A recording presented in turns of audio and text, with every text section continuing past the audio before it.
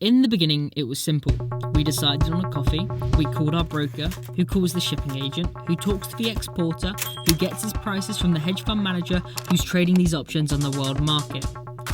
Well, something's wrong. Maybe it's not so simple, but that's just how it's always been done. It's how the big boys do it, the independents do it.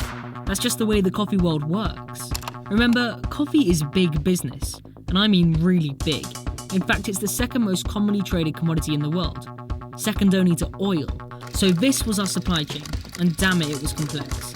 All these people wanted to make money along the way, which meant by the time the farmer was actually paid for his crop, his cut was tiny, and I mean tiny. So here's the rub.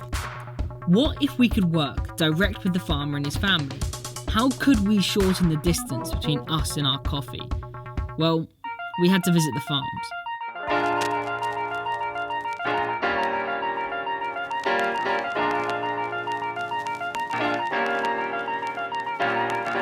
We're in Kenya.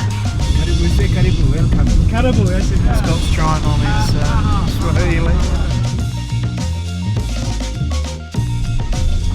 So we're just arriving at the coffee farm.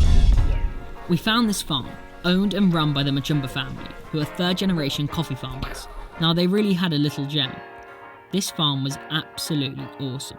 However, we soon realised that there really is a reason why these small farms remain small. Let me explain. These local farms pick their coffee by hand. It's collected in wicker baskets, delivered by bike or by foot to an area washing station, places that look like this. So George would bring his coffee here. It's put into a big pile with all the other coffee from all the other farms, and then it's put back into the supply chain that we mentioned earlier. It's safe to say that George and his son Isaac believe there must be a better way to get their coffee to the rest of the world. To the drinkers, the people like you. So we wanted to help. Over a cup of coffee, we hatched a plan. We hugged, shook hands, and committed the next decade to each other. So we set out to do something that's never been done before. Hear me out. What if we could bring the whole process back to the farm? Somewhere where we could control the quality and bring the power back to the farmer. Well, that'd be great, wouldn't it? So we did it. We went to the bank with our plan and they laughed us out the door. So we went to another bank. This time they didn't laugh at us, but they still showed us to the door. So we remortgaged our homes to get the project going. Once we had started, we just couldn't stop. We built a pulping station, new drying tables, washing facilities. We brought in an agronomist, planted new trees, created fertilizer traps, a sorting station, and remodeled the entire farm.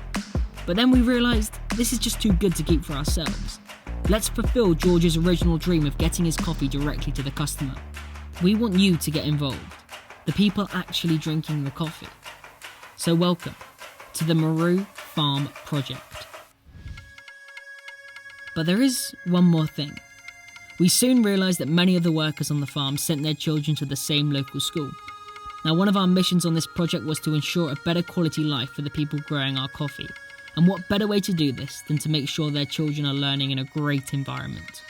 We decided to pay a visit to the school, and wow, what lovely kids. But it really was different to what we were used to in the UK. I mean, we take things like a toilet, running water, even glass in the windows for granted. Now, there was no lack of love or passion from the teachers, who were absolutely amazing, providing such a great education, but with so little funds. So, damn it, let's do this. We spent the money we'd put aside for our blood-sucking lawyers into the Ryuga school. We ran a 6.6 kilometre freshwater feed, installed new water storage tanks and built a new brick toilet block with washing facilities. However, our most exciting project was the creation of a model working farm on the school grounds to teach the children modern coffee farming methods. The proceeds from the sale of this coffee goes to provide additional places for parents who cannot afford to send their children to the school. And it doesn't stop there. Our long-term crusade is to build a dining hall for the entire school, completely refurbish the existing buildings and build new classrooms and sports facilities. Of course, this isn't going to be finished overnight. That's why we need the support from you, the members of the Meru Farm Project. We're here for the next decade and beyond. Join the crusade and be part of something amazing.